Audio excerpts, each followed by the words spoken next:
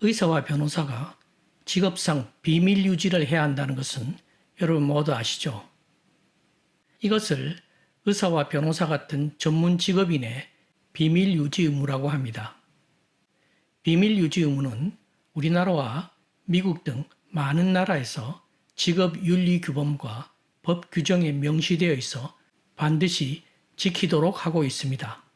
만약 여러분이 어떤 의사에게 치료를 받았는데 그 의사가 자기 친구에게 여러분이 어떤 병으로 치료를 받고 있다는 이야기를 하고 그것이 소문이 나서 여러분이 직장에서 해고되거나 아주 난처하게 되는 상황을 상상해 보세요.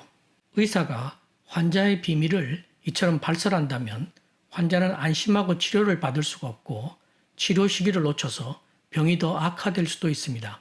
그래서 의사는 환자의 비밀을 지켜야 합니다. 그런데 다른 모든 법 규정과 마찬가지로 비밀 유지 의무에도 예외가 있습니다. 이런 예외를 다룬 미국 판례 하나를 소개하겠습니다.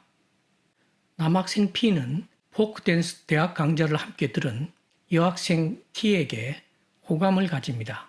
그런데 이 여학생이 남학생의 데이트 신청을 거절하자 남학생은 여학생을 미행하고 스토킹합니다. 주변의 권유로 남학생은 대학 의료기관에서 정신 상담을 받습니다. 상담 중 남학생은 이 여학생을 죽이려는 계획을 의사에게 여러 차례 말합니다. 남학생은 결국 여학생을 살해합니다. 여학생의 가족은 남학생을 상담한 의사와 대학을 상대로 손해배상 소송을 합니다. 이 사건에서 캘리포니아주 대법원은 의사의 비밀 유지 의무의 예외를 인정하고 이 여학생에게 살해 위험을 적극적으로 알려줄 의무까지 의사에게 있다고 판결합니다. 변호사에게도 이와 비슷하게 비밀 유지 의무의 원칙에 예외가 있습니다. 하지만 변호사의 경우 예외 인정이 의사의 경우보다 조금 더 복잡하고 논란이 많습니다. 교통사고로 미성년자 S는 심한 부상을 입습니다. S의 부모는 미성년자 아들을 대신해서 사고를 낸 차량의 운전자 G를 상대로 손해배상 소송을 합니다. 피해자를 진찰한 의사는 부상이 심하지만 생명에 지장을 줄 정도는 아니라고 진단합니다. 가해자 G의 변호사는 피해자의 부상 정도가 과장되어 있을지도 모른다고 의심하여 피해자를 다른 의사에게 검진을 받도록 합니다. 이 의사는 검사를 의뢰한 가해자의 변호사에게 검사 결과를 보냅니다.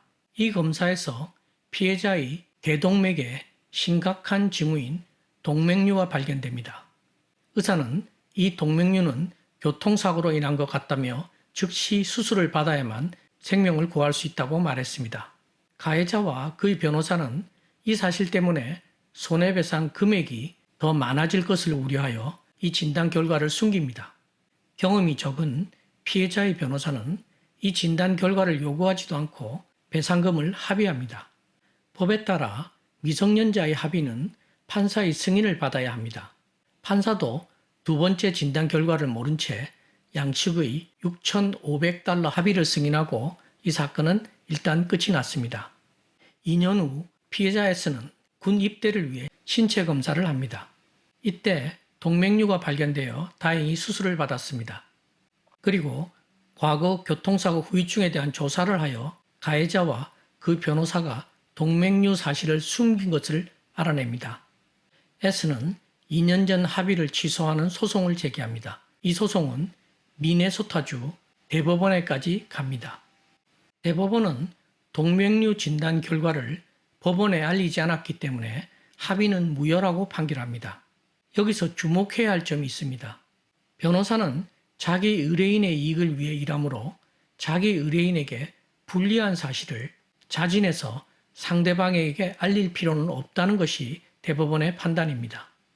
이 사건의 피해자는 미성년자이었기 때문에 그를 보호하기 위해 법원에 이 사실을 알려야 했다는 것입니다.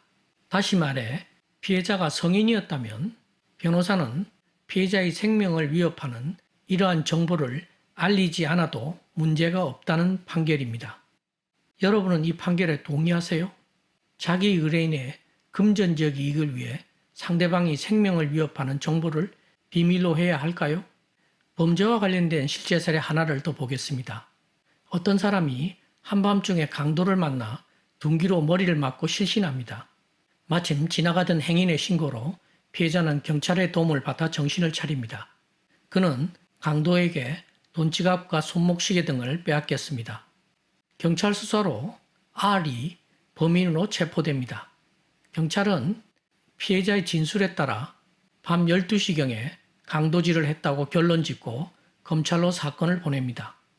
국성 변호인에게 R은 자신의 범행을 인정합니다. 하지만 범행 시각이 다르다고 말합니다. 실제 강도질은 새벽 2시경에 했는데 피해자가 범행 시각을 착각한 것 같다고 말합니다. R은 자신의 알리바이를 입증하자고 변호사에게 요구합니다. 범행이 있던 날 밤 12시경에 자신은 포커 게임을 하고 있었다고 말합니다. 그날 함께 게임을 한 사람들 중에는 사회적 평판이 좋은 사람도 있기 때문에 그 사람을 증인으로 불러 자신의 알리바이를 입증해 달라고 요구합니다. 고민에 빠진 변호사는 변호사회의 윤리위원회에 비밀 상담을 합니다.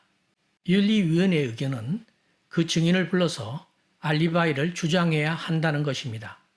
변호사는 위증을 시키거나 거짓 증거를 제출해서는 안 됩니다. 하지만 이 증거는 진실한 증거이고 그 제출을 요구하는 의뢰인의 정당한 요구를 변호사는 거절해서는 안 된다는 것입니다. 이 증언에 따라 알리바이가 입증되면 범인 R은 풀려날 수도 있습니다. 그래서 변호사는 고민한 것입니다. 하지만 변호사 윤리규범과 관련 법 규정은 소위 역할론에 근거하고 있습니다. 판사, 검사, 변호사가 각자 자신의 역할을 충실히 수행하는 것이 진실을 밝히고 정의를 구현하는 데 최선이라는 입장입니다.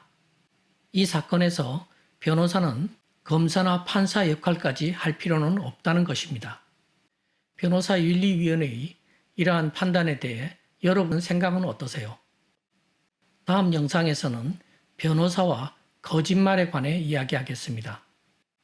시청해 주셔서 감사합니다.